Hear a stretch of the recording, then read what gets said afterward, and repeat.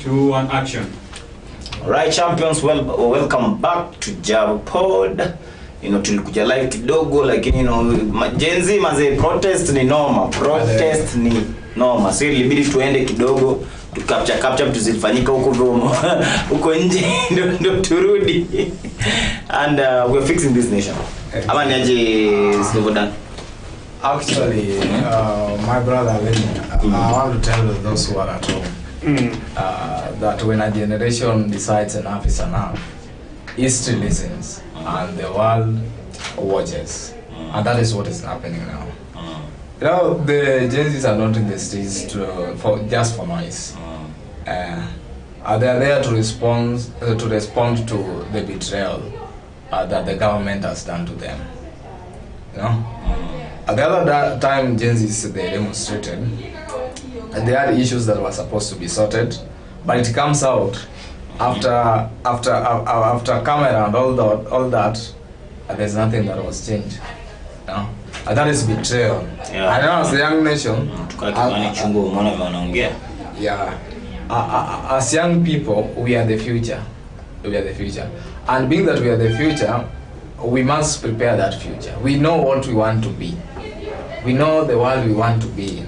We must prepare that world. Yes, we are the future, but we can't just sit and relax, not preparing that future. How do we prepare this future? We prepare that future by calling out these injustices that are happening in our country. Very true. Yeah. We call out the people that are orchestrating these injustices. And that is what we are doing in the streets. Though we are being accompanied by some goons, we don't know them. Yes, we don't know them. We didn't prepare to have them. But we may involve for business or to steal or to just... They have been paid. We must understand that there are our fellow youths who are jobless, and they get these opportunities, they don't think twice. So we must understand that. So we are fixing this nation, and these are the ways we fix this. This is not a liberation. It is a response to a betrayal. Yeah. Mangalia live videos in Nairobi, and it's not pretty. Actually, the state of the nation, checking in Nairobi, which is the capital city of Kenya, the way the police have encountered the demonstrators, I think it is not okay from both sides, because the police have also suffered in one way or the other. But mostly the demonstrators, maybe we'll assume that the police they know how to survive with the smoke or the tear gas. But the common mwananchi, we don't know how this tear gas is. We weren't ready for this tear gas. So we want to say that the police had to be there, but the common mwananchi had requested for the police to be there to give them security. But it turns out that the very person who should give you security is the very person that is harmful for your stay. Health, yeah. So I think building that future we want starts with this demonstration, because we have talked, we have been in rooms, we have been in halls, yeah. And we air our opinions that it catch but now, just as I started, enough is enough. When a generation decides, and then history listens, and the whole world watches. As whatever is happening in the nation right now, the whole world is watching. It is being aired in the CNN, it's being aired in the BBC, it's being aired in all those international broadcasting, whatever. And that's why the government has requested shutdown of all media. Have they requested? We don't know your term. Let me say. The government has requested. Okay, actually they have commanded. That is a request. Yeah, but they have commanded. Because it was a breaking news. They have commanded. But since on a citizen, but in a stream, you share, Citizen is still, Every organization have their own rules.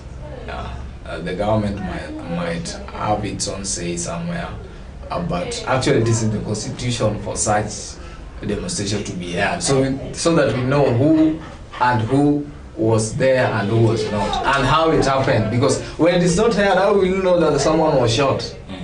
How will you know that? How will you know the reason why he was shot? That's why these things must be held. And when the government says it should not be held, then it causes a lot of questions. It raises a lot of questions. Why? Yeah. So I think it's not okay for the government to command the media. Okay. Actually, they commanded. They commanded. Which is not okay. Yeah, because actually, how harmful are the young people? How harmful are we? Very. How harmful are they? Very. Because we went to the streets. Listen, the last time was in the for the government. We good, you know. Okay. But for the government, they feel that we are a big threat. Yes, we are a threat because they're not doing their duty. We wouldn't be in so much of a threat kama walikuwa nafanya tu.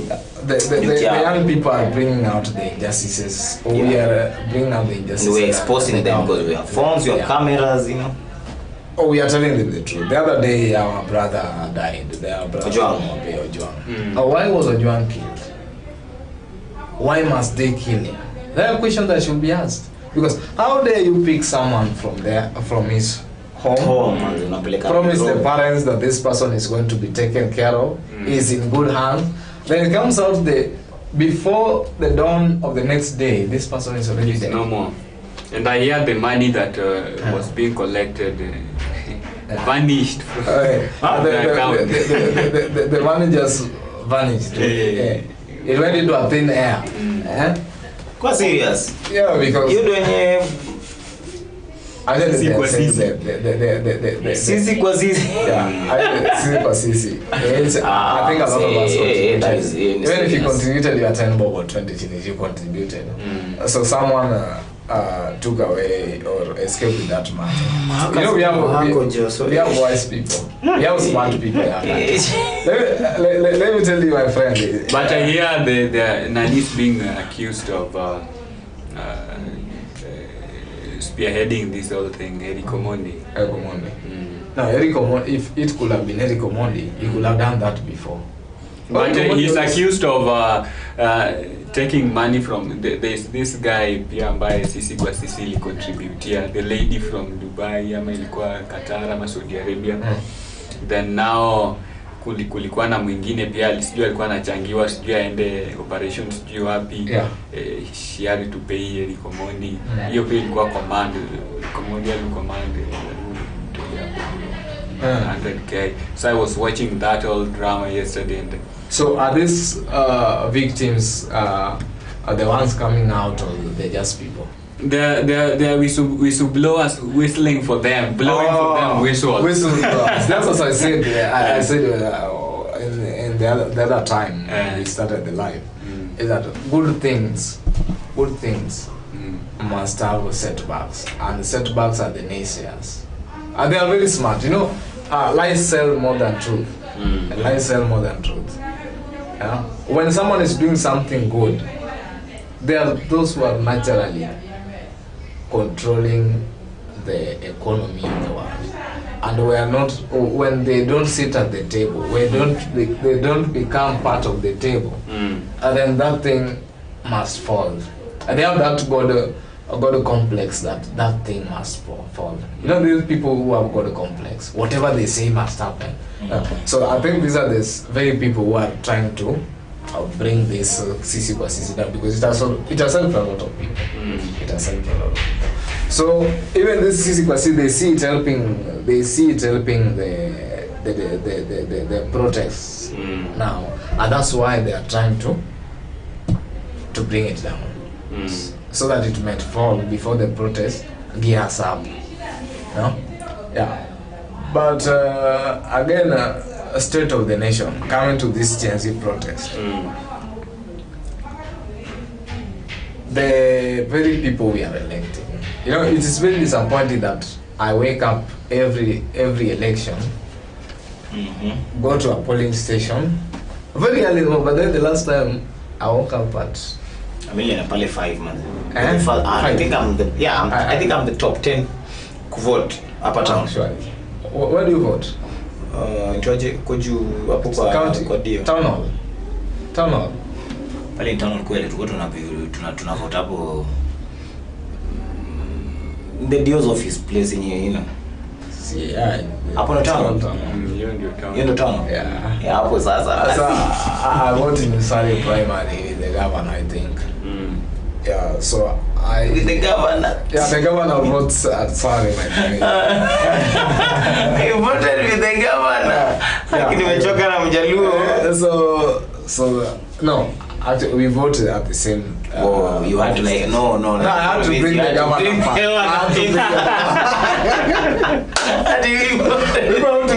People have to know my name. Okay. Tuko hapo na governor. No, not that I'm happy with the governor. I'm not quite happy with what is happening. Honestly speaking, I'm not quite happy. Though I voted him, but I'm not happy.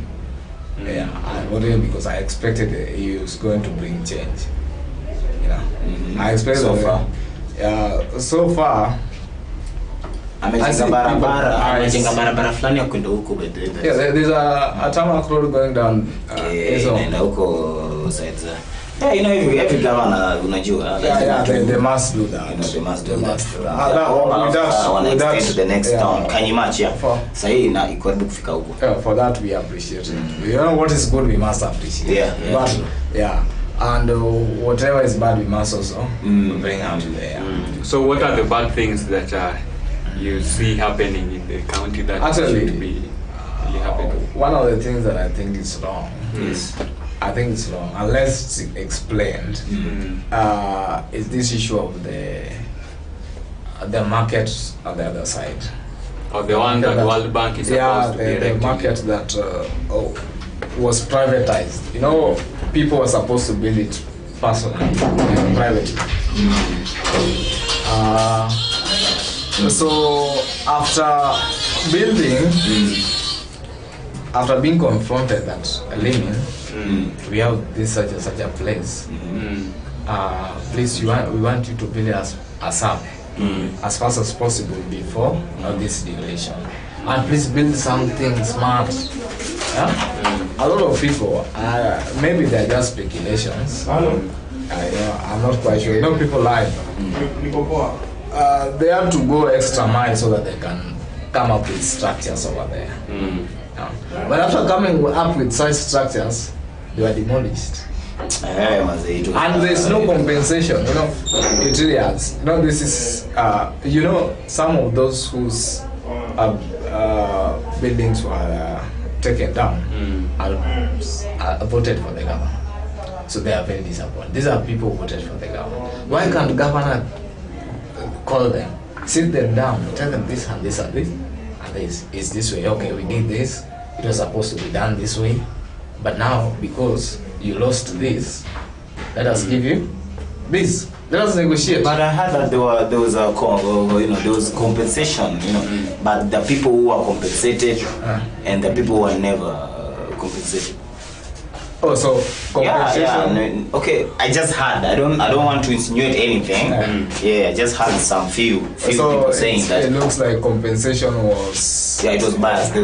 There's some bias that was going on because the people who claimed they were compensated and the people who claimed they were never. Actually, speaking of that, because you know I was living this just right to the market. Speaking in town, you'll see people, you'll hear people say that the people working for the governor are the ones who are wrong. They are lying to him. It's not the governor. That might also be true. Maybe. But for now we don't know. Yeah. That was something that was wrong. If in case they were not compensated, because for now they were compensated. There are some that they were not.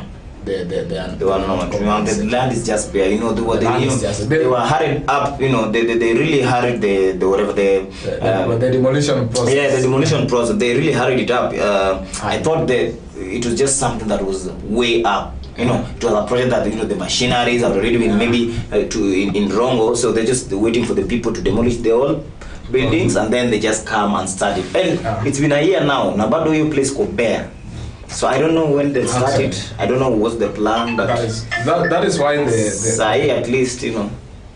That is one of the reasons why the youth of this nation are coming up with this, the so-called demonstration. They call it demonstration, but they are airing their voice out in a different way, because these are issues that have been discussed. Do you think there are people who didn't go to the governor, call them personally? There are people who have contacts of these people, call them personally as a governor. Why is this and this happening? Why didn't you intervene? That is one. The other one, the other market over there. Yeah, but what is up with that? You know, everyone was chased from that market. They destroyed all those buildings that were there. How much they looked funny, but they were helping somehow. And now it has been fenced. No one knows what is happening there. There are claims that it's someone's land. Yeah, there's a claim that they want to build a stadium. A lot of. There's always a lot of rumors. A lot of narratives down there. But the truth is that the hawkers down there, they help a lot to run this county. They pay their taxes. That is one. When they trade, there's money flow. You know, and that builds the economy. You know? But when you put these people in an environment that is not pleasant, because when they come outside there, because they always sit besides the fence, so they used to have tents before then. They used to pitch their tents inside the market, you know, that space over there. But today they can't do that. Yeah, because there's no space. There is, but it's been fenced, and you're forced to just trade. Yeah, it is outside or in the market they build. Yeah, the one that people really which you can't pitch your tent. So very so these people suffers when it rains. They suffers when they suffer when it rains. They suffer when maybe when it's sunny. You know, and they are still paying tax. There's no reduction of tax. There's no tax waiver.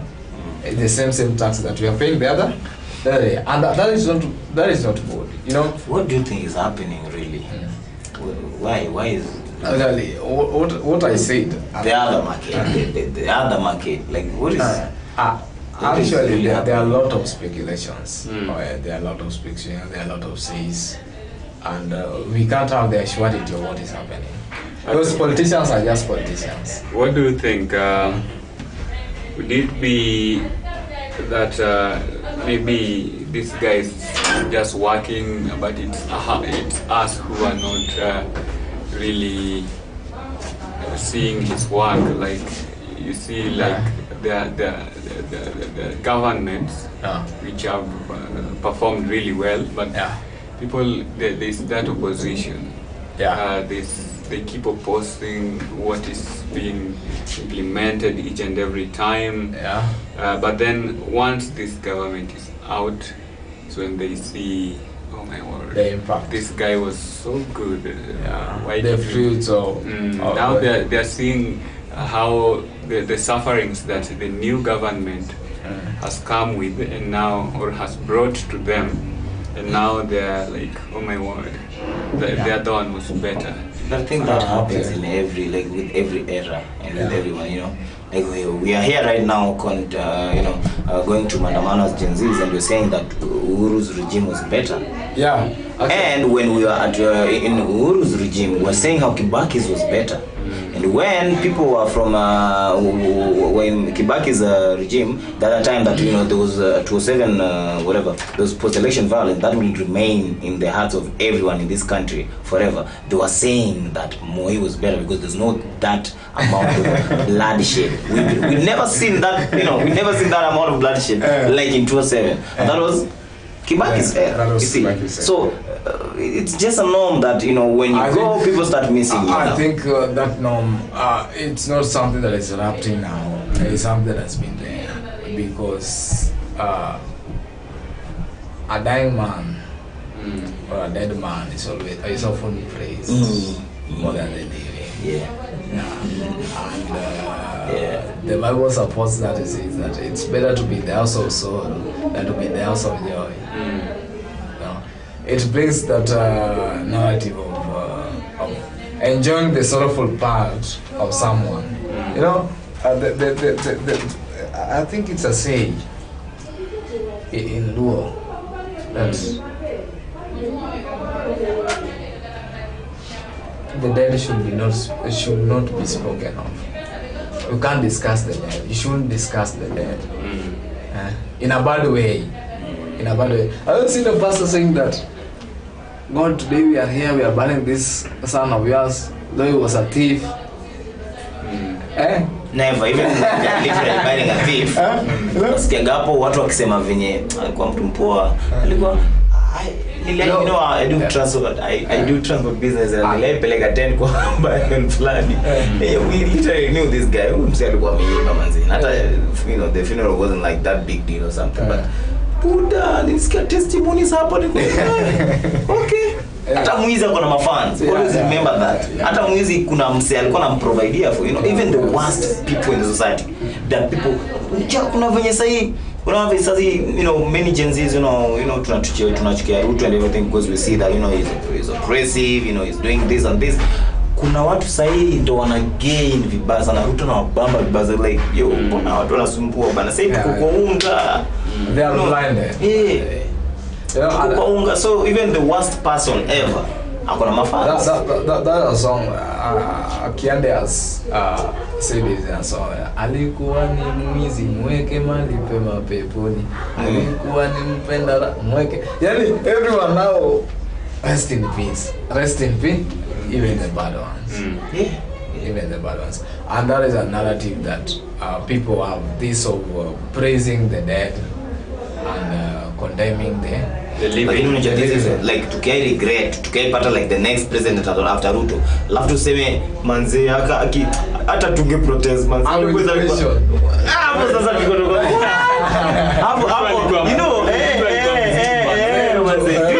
you know the rate of suffering that we'll have to go through from the next president to say that Ruto was good? Because sijaona protest. Actually, in all the presidencies, hakuna president amekuwa protested for kama we say. Like factly, hakuna. Honestly, so tell me can we go worse than this? I don't think. Maybe we are still here. We are still here. So I don't know. Yeah. I don't know. Maybe the worst is maybe the worst is yet to come. We are still here, but now let us deal with what we have. Because you can't tell me you are a president, and there are places where there are no schools. People are still learning under the tree. And there's one of a good man or trusted man who is a member of parliament who is being paid 800k plus, or let me say 1 million to add all those benefits. This person goes to a congregation or an arambe, let me say. Just how to cut tax? The politicians. I don't. The tax. They're not taxed. Actually, they're not taxed. They're not taxed, right? I don't think that. How do you tax them? And they make the laws which. So for how they should be paid. That I will look. Are politicians taxed? They are the ones. Like churches, we don't. They are the ones who decide how we should be paid. How do you tax them? How do you tax these people? Maybe it is on the constitution they should be taxed. We will check that. Let us not talk with that. But if you come to look at this whole tax thing, you see, it's just too much, because you're taxed right from your salary. Then again, when you want to board a vehicle to go back to your house after you're from the workplace, you are taxed. You go buy bread there, going to eat. You are taxed. You are taxed. Buying sugar, you also taxed. Like everything is just, and the whole system is just messed up. Actually, speaking of that, my brother, depends. I'll tell the people out there, taxation is not bad. Taxing us is not bad. But how are you using this man? Because you have someone in Europe, they tell you they are being taxed almost everything. But the life there is okay because they give back money. There are countries in Europe who give back, they pay you. They take care of that kid. Yeah? Even So if I'm being taxed, my work is just to give birth and no, but you don't just give birth. That should be I intend to think that those people they are learning to understand the situation, but they pay they pay a lot of tax, by the way. But in this nation, how do you want to convince me that that my tax will work well when I am already seeing a member of parliament disbursing a lot of money in an Arambe? Say someone like Sudi. That is, Sudi is giving a lot of money in Arambes. How do you tell me, how do you convince me that a member of parliament who is being paid 1 million can give 20 million as an Arambe? Meaning how much do you think this guy has? Yeah. The money that is not used is called. Tell me a businessman who can do that. Any businessman who can do that. 20 million. Ndio maana unaiba msee, because you know, like the culture that we've just created a culture of for these politicians that they must help us, they must give us handouts, so we must steal, so that they actually coming on that, in as much as we beat these politicians, we are also wrong in a way. Yeah, we're part of the blame. Yeah, because we encourage this. Yeah, because tell me why Mr. Lemin, our fellow youth will come pick me, say that we are going to a congress, we are going to meet a certain politician, and we go to that congress, we are going to air our issues out, because then you go to such a congress, you air your issue out, you become tough on the politician. The next time, then you say, oh, thank you for your question, thank you for your share, and then the next time you carry up your hand, then you are blocked. You ask too much. No, your questions are tough on the politician, meaning they didn't call you there so that you speak. They call you to praise them. Yeah, to praise them. Yeah, and then at the end of the day, they give you 500 cedis. You go home. Yeah, there's these people who, you know, I don't know, the buses that come and, you know, pick some people up and they go to Ruto's compound and maybe they have a celebration there and whatever. Yeah, it happens yearly. You know, and this, every Christmas, the people who go there to have Christmas there. Exactly. So you don't expect him to just budget for you, you know. Yeah, these characters must have stolen some money. These characters who collect youths together, or call youths for such meetings in a hall, they are the ones contributing to this corruption. But we should start with them. They are the ones contributing to this corruption. Because tell me where a politician is going to pick such an amount to give the people. It's just a politician. He's being paid this kind of money. He needs to, but the members of parliament are being given 150 million. 150 million for the, how do you call it? The CDF NG something CDF fund. Huh? I think we have 150 million. Did you know that is there? Per year. Like each or already? Per year. 150 million. Each and every member of parliament across the country. Each. The least can get 120 million. 150 million for NG, I don't know, CDF, National Government Constituency Development Fund. NGCDF fund. You know, they get this money. How is this money working? Are we getting this money? Are we seeing the impact? We are not seeing, because the only thing I've seen this money do is construction of maybe a latrine in a school. Yeah. Nothing further than that. Actually, tell me, how much can a latrine cost? How much can constructing a latrine cost? I think a more modern one will take close to 200,000. A latrine? Yeah. 200,000? Yes, a more modern one. You're sure? Yeah, I can give you.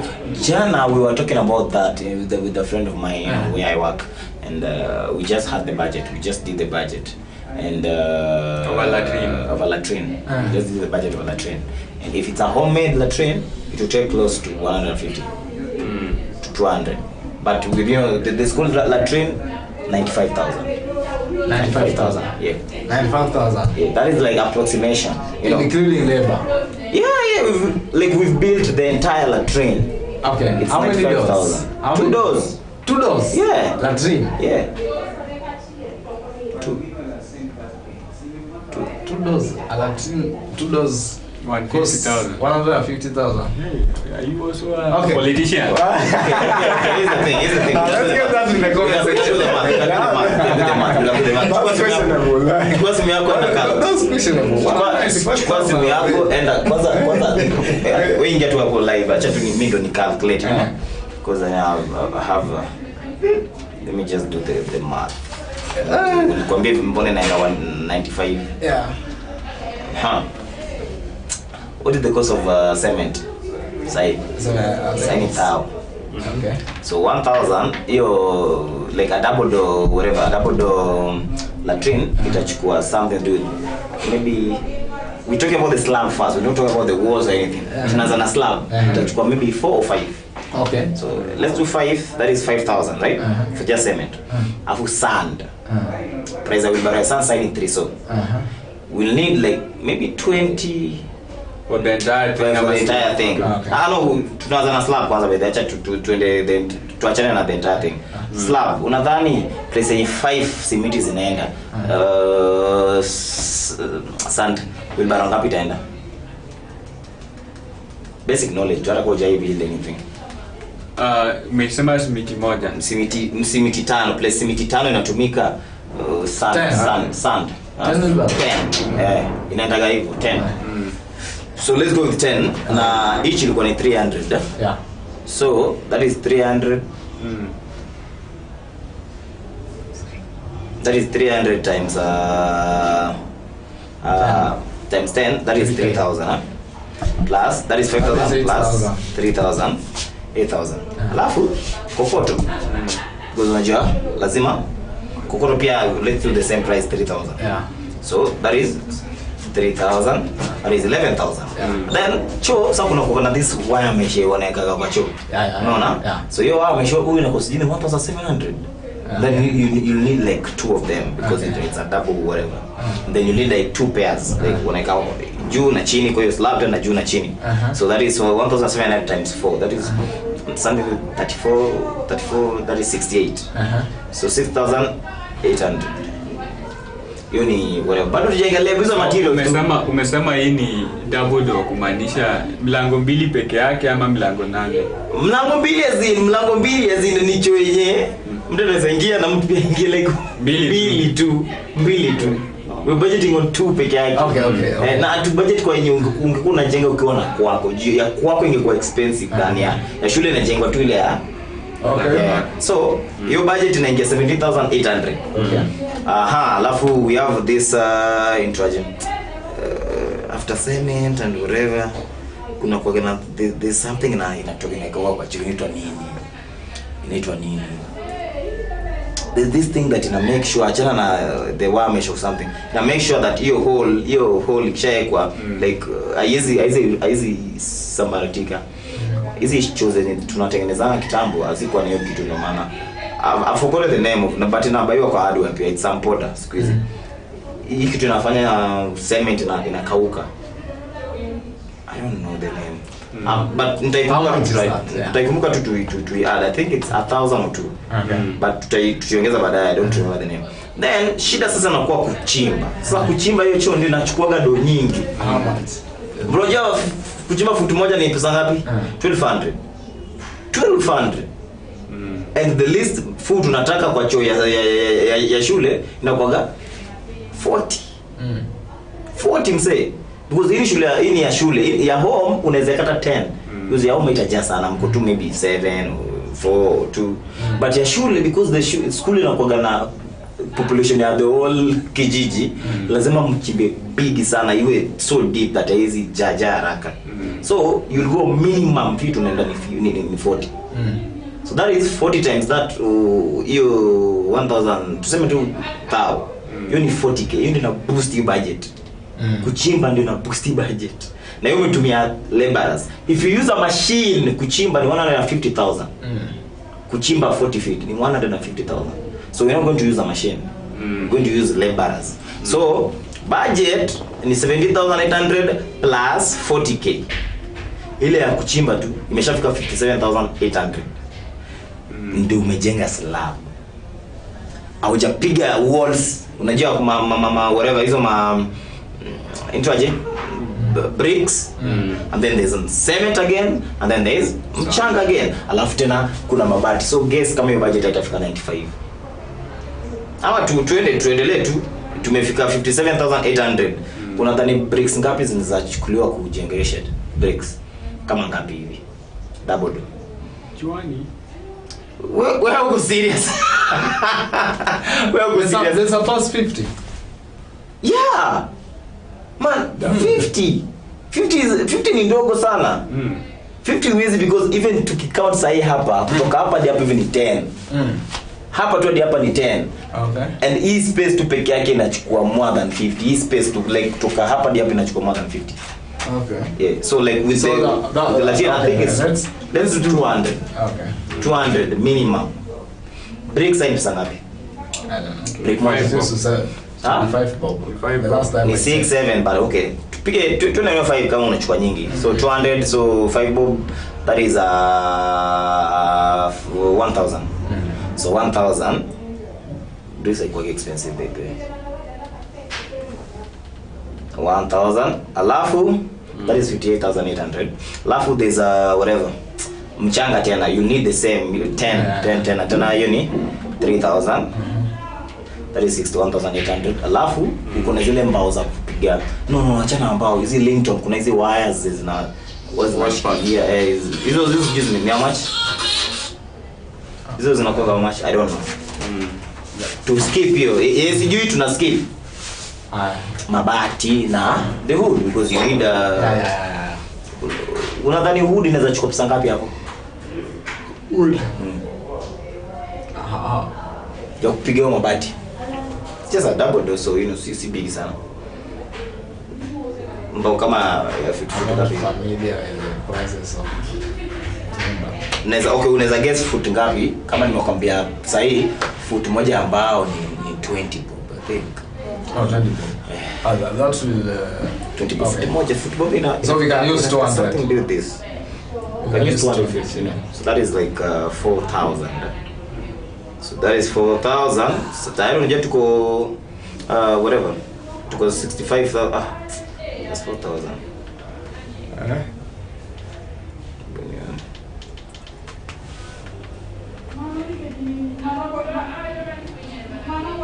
Sasa tuko plus 4,000. Sasa tuko 65,800, and then the roof mabati ngapi hivi? Mabati sasa haifiki 10 ni 8. Mabati sasa kwanza sasa sina nini kaa sana hivi. Yeah. Hizi kwa sana. Mabati sasa ni how much? Mabati moja.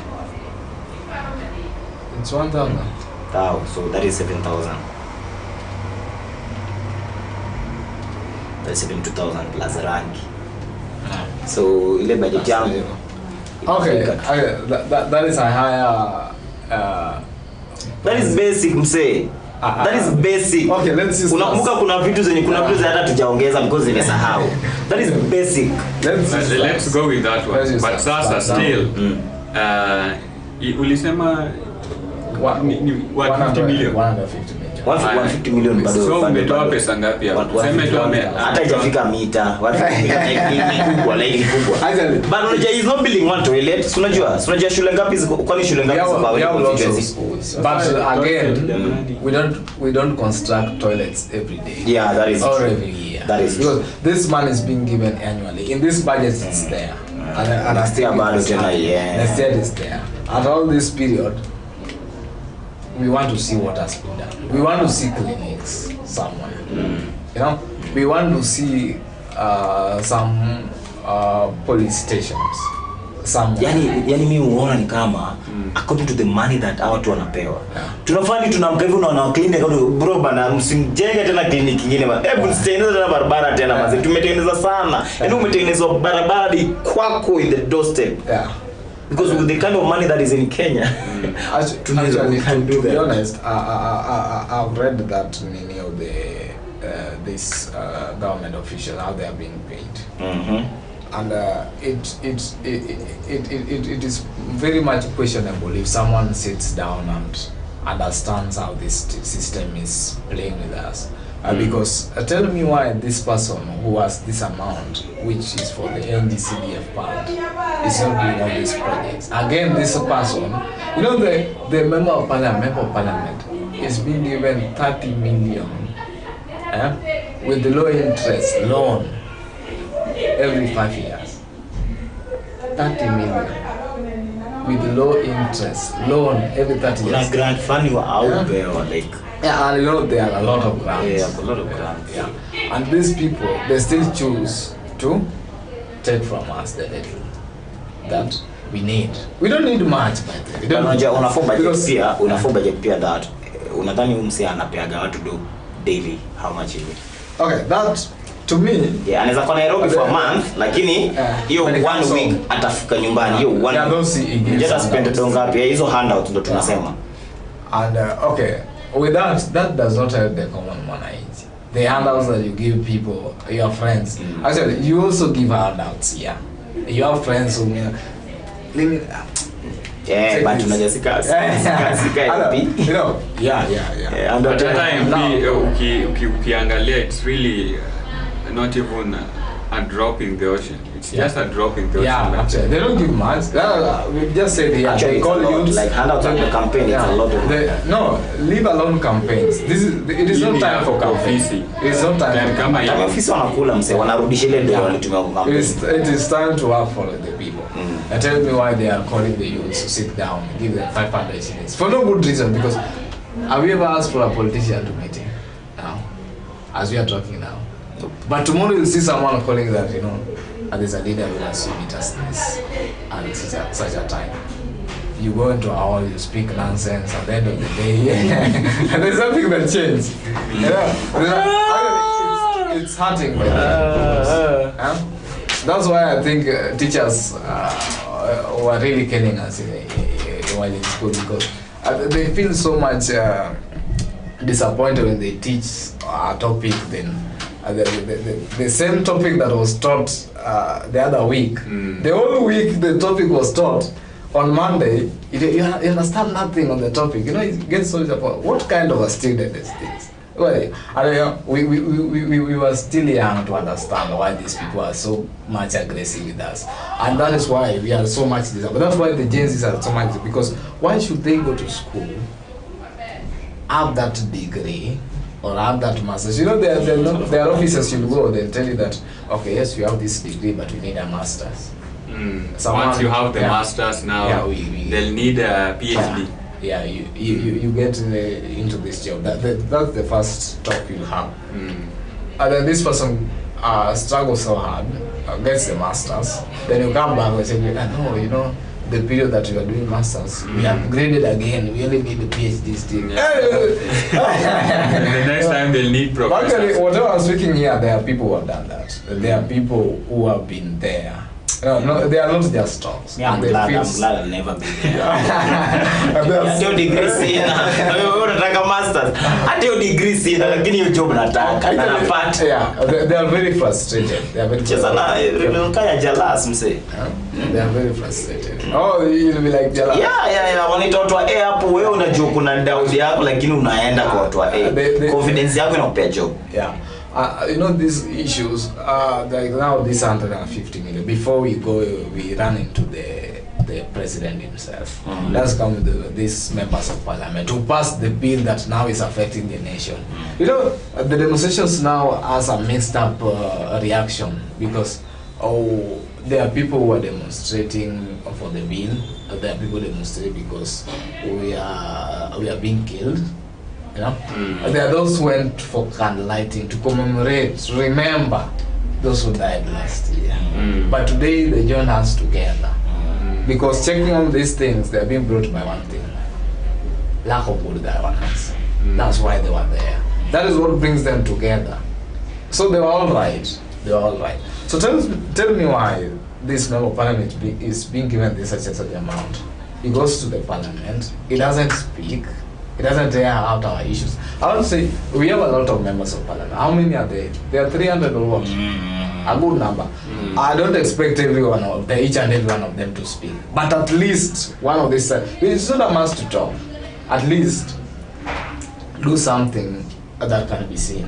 Do something that we can be proud of. You know, they ask you, I come from Rongo, or where the great MP, this and this is coming from. When we check the list, the info track, whatever, we find your name on top. This MP is doing a great job. You know, not just hyping words. The people who are not good with the speeches and speaking, but they are good they are good with action. So at least that do something. Oparanya tried building Kakamega. He did a lot of work. Those who have been in Kakamega say they see a tremendous change. And let's speak of let's speak of Oparanya kidogo. I saw there were those who are against him na maubaya sana. Yeah.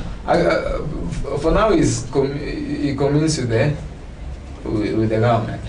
Yeah, he sits with them. Yeah, he's one of the ministers. Exactly. Yeah. He stands for this thing. This thing related to Aslay, and I don't know what that post is. Because as someone who took Aslay fund, I had to know, because he said that those who did not pay for this so you are exempted from paying again. No, we paid. I paid, I didn't take again. Me too. We have never eaten Aslay because the name alone, you don't want to be a Aslay. You don't want to be linked to that name. So it's not a bad name.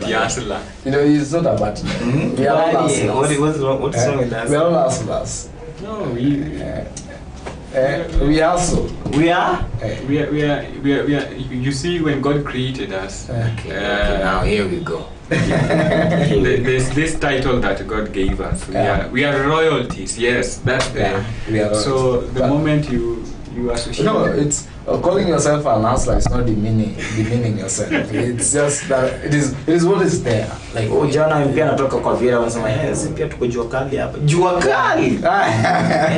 Tunaenda kwa jua kali hapa. But you see what you say to yourself. Ndogo ndogo.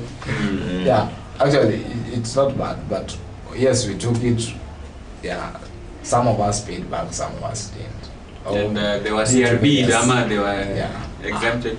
I don't know. Exempted because for me, nalipa haraka sana. Yeah, for me. But mimi nimetreateniwa mara ngapi na help wananipeleka CRB na. With me I was. Mimi kwa tere mimi ukishani mentionia CRB nitakulipa. I don't want you nimeona CRB kini cost. So every day we are going to sit down as youths and listen to these politicians and not confront them with the truth. You know, it's not okay to go and sit down with a politician and you're right there. Wait, say yes to everything they say. And then now, behind the doors, then you go and sit again and say that Lemon is just another liar. He just went there, but it's just the same script every day. You know? Speak truth to power. If at all you are going to meet power, speak truth to it. Yeah. Because they love people when you know. They can use those who praise them. Hype vizuri sana. Because at the end of the day, we are the ones who elect them. We elect them. Ukienda na truth. Wewe sasa ukienda na truth ati umebebwa na basi ya Ruto. Sasa hebu for example, wewe umebebwa umena ukweli. Luther umebebwa wewe na Luther. Who is going to benefit? Luther is going to benefit. You're not going to very big. Yeah, big time. Hata kwa hapo hujatendo, you know. And the person who always benefits is the one who praises, who plays both sides. You know, checking into history, there are those who fought for this nation. There are those who fought. Some of them fought for them in the debate tables. Some of them in the fields, the Maus. They went to the face. They fought. People like Tom Boya, they went to these negotiation tables and they talked their mind. You know? And they talked with the big men, real men as them. You know, the whites also had these policemen, and there were also black policemen around there. And they used to fight the Mau. They were the lower class. Yeah, and now people like Boya, they were there. People of the higher class, you know, they speak with each other and they listen each other. So the moment we go and sit a politician down, and sit him down, and then for me I come with the truth, and then you come with the praises. You ignore the truthful part. At the end of the day, no one knows what can happen. Maybe he can be tolerant with you or with me. Or maybe he can be intolerant with me. Yeah? I may suffer most because they even kill those who disagree with them. Yeah, most probably rather than it happen. Yeah. With the leader, you know. Yeah, the higher chances of the of you surviving is yeah, we're talking about the leader. Anytime someone speaks truth to power, this person does not have peace. He does not have peace. That is true. Because come maybe you're against them, which you are. Yeah. But in an open air, you have to have a good security. You don't sleep in your home. By the way, speaking truth to power doesn't mean you must abuse these people. Just telling them the truth. And this one you did, this one is wrong. You know. And again, there's a system in the world where if you do something that is against the people, you also be lynched. Let me tell you, there's something which if the governor does today against Luther, and you know Luther very well,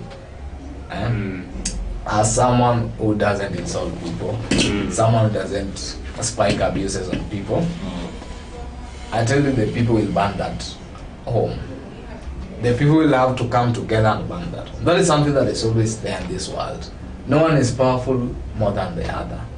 You're only powerful when you're intellect. You know how to live with the people. Yeah.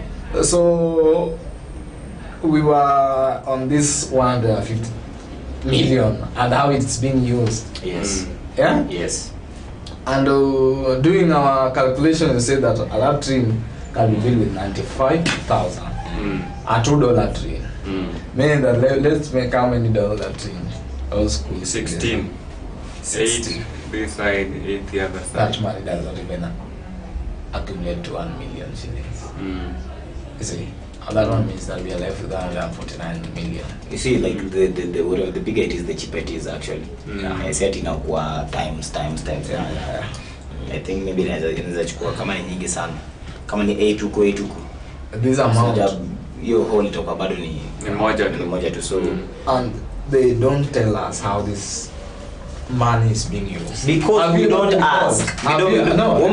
Umeenda kwa ofisi alafu you know the things that we want to blame the government, but ni kitu kingine yenye so do you think that when you walk into some office there tomorrow on a Friday, tomorrow is Friday or Thursday, kindly give me the records about you of how you built the Anindo record stating very well on how Anindo's NGCDF was built. There's organizations that we should go to so that they can go to them to do that. You know, kuna kitu inaitwa auditor. Kuna mtu anafanya hata county auditing. So ukiendea huyo auditor general. There are people who their sole role ni kufanya the auditing part of it. You know, so you see easy announcements come out, like the more we want to know, the more you know. Ukiona hiyo, like if you have the urge, if you want to know and you have the urge to know, you will know finally. We didn't even have the urge to know anything to do with financial bill or anything until someone just came up and say, bro, because financial bills, kwani finance bill ngapi zimekuwa past Kenya na tumekuwa tu tuko sawa. But then there's one time that ilikuja and people like able to so many and people just came up and on that you're saying that have you ever find the opportunity to go and ask? Let me tell you, the intelligent people are being silenced so that stupid ones cannot see can continue having that blind eye of what is happening there. You go there alone and ask what is happening. They tell you, come tomorrow. Come tomorrow. They just look at you. What's your name? Tomorrow. No, not tomorrow. This is what they tell you. What's your name? Okay, where do you live? You're a good fellow. No one has ever come with such an idea or want to know why this is happening. Or do you have something personal on this? No, I just wanted to know. I say, okay. So, give me your contact. I'll contact you tomorrow or any other day if we can meet and discuss this. But then I'll hand over you this thing. You go and share with your fellow. That is how they tell you. Smiling. After you leave, they make another call. Hey, Mkubwa. And they see this person will come here with such a statement that is so concerning, so alarming, that he wants to know how we have been using the money. I say, so what do you think? Let's just silence this person. And those are the people that we find in Yala swamp or wherever in the plantations, the sugarcane plantation like this, our region, dead in the gunny bags. Who knows what they did? No, and people are asking, what did he do? These are the things. Just an innocent person. What did he do? He went there alone. He wasn't with the people. That is what happened. That is what is happening. He confronted the truth alone. Without backup. He didn't know. You know, these people, they are very funny, but they'll smile with you. They won't show you that they are aggressive with you. But immediately you step out that office, you'll get a call. Hey, Babu. By the way, that information that you wanted, I've already printed it out. Come check it with me. Come check it with me. You go there, my friend. You leave people home that you are going outside. You don't tell people, like, I'm just going out. I'll come back.